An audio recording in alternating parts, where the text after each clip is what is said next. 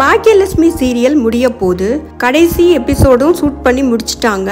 Bhagyalakshmi serial முடிய போறதுல பல பேருக்கு ஹாப்பியா இருந்தாலும் நிறைய பேருக்கு இதுல வருத்தம் தாங்க. ஏன்னா இதுல நடிச்ச எல்லாருமே ரொம்ப நல்லா இயல்பா நடிச்சிருப்பாங்க.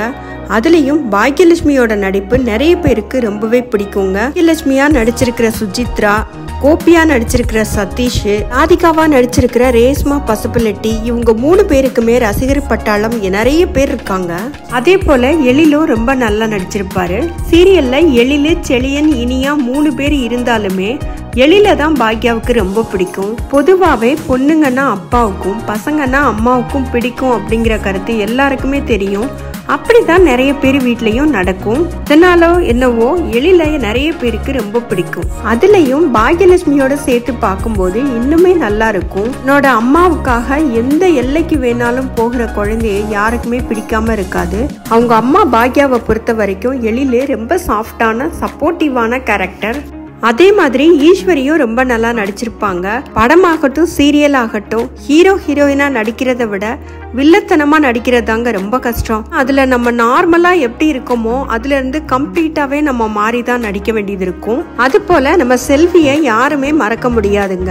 இந்த சீரியல்ல மட்டும்தான் எனக்கு தெரிஞ்சு எஜமானியும் வீட்டுல வேலை செய்யறவங்களும் இந்த அளவுக்கு க்ளோஸா இவ்வளவு ஃப்ரெண்ட்ஷிப்பா இருப்பாங்க அப்படிங்கறத காட்டியிருக்காங்க. இதுல பாக்யா ஃபேமிலி தவிர வெளியில இருந்து இப்ப பழனிசாமி ஆகட்டும், வார்டு கவுன்சிலர் ஆகட்டும் கொஞ்ச நாள் வருவாங்க, அதுக்கப்புறம் போயிடுவாங்க. அந்த கேரக்டரே இருக்காது. ஏன் ராதிகாவை கூட இடையில கிளம்பிட்டதா காமிச்சிட்டாங்க.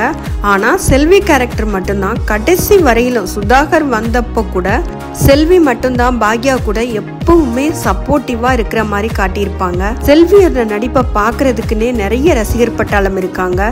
ஏன்னா அவங்க அந்த அளவு முக்கியமான கேரக்டர் இந்த சீரியல்ல. அதே மாதிரி அவங்களோட வாய்ஸும் இந்த சீரியலுக்கு ரொம்ப எடுப்பா இருக்கும். அடுத்து பாக்யாவோட மாமனார் ராமமூர்த்தி, இவர் இல்லைன்னா இந்த சீரியல்ல பாதி பேர் பார்த்திருக்கவே மாட்டாங்க. அந்த அளவுக்கு இவரோட நடிப்பு இருந்ததுங்க. ரொம்ப பொறுப்பான, உரிமையான, அந்த குடும்பத்தையே தாங்கி நிறுத்துற ஒரு பெரியவரா, எல்லார்கிட்டையும் அன்பு செலுத்துற ஒரு பெரியவரா, ஒரு குடும்பத்துல ஒரு பெரியவர் இருந்தா எப்படி இருக்கணும் அப்படிங்கிறதுக்கு ஒரு உதாரணமா ரொம்ப கரெக்டா இவரோட நடிப்பு அவ்வளவு இயல்பா இருந்தது.